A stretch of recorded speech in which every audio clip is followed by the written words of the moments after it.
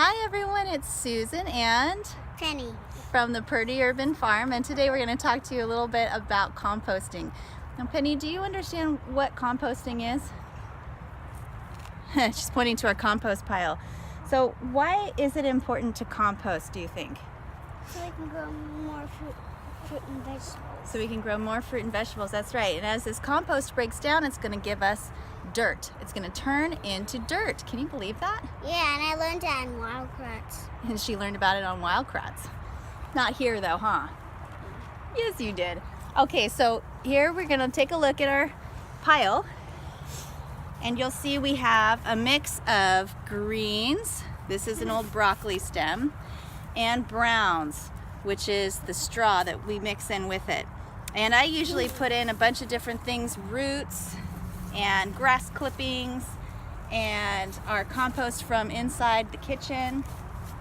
And you have to pile, if you're gonna do it like this with a big pile, you have to pile it up about 3 feet by 3 feet wide to make sure that there is enough material here and compacted enough to create the heat required to break everything down.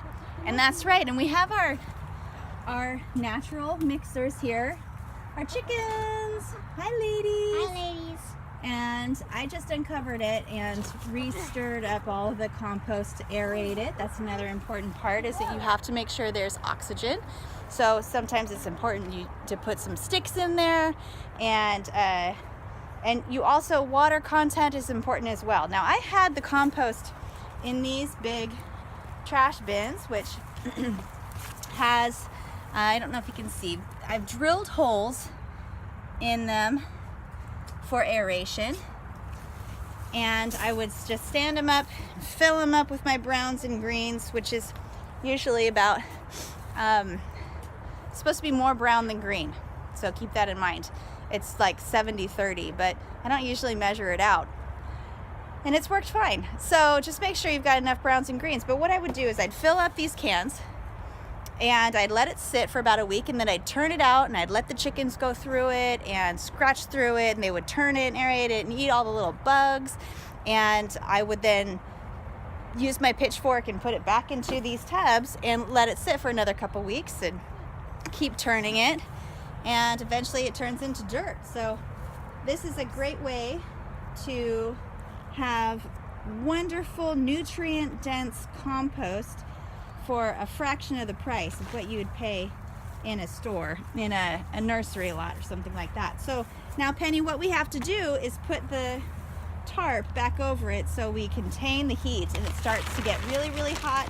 It starts to steam, and once it starts to steam, we'll know that it's breaking down the way it should. So can you go grab the other end of the tarp for me, sweetie? I'm trying to feed it. Okay, we'll feed him later because we're doing a video. Actors these days. My goodness. Okay, so go around there by the girls Excuse me. and go grab the tarp. All the way at the other end, you see up there? Right up there. Grab that end. Drop the other end. And just pull it over the top. Walk it over. Walk it over. We're going to pull it over. Pull it as far as we can so it's all covered. And then we're going to weigh it down here with this rock so the wind doesn't blow the tarp off. And then in about another week, we will come back and turn it out again and let the chickens go through it and see how the process is going. And hopefully by then we'll see some good steam, which I saw some steam earlier when I first took the tarp off. So that is a good sign. All right, Penny, I guess that's it for composting. Anything you want to say about composting? No. No?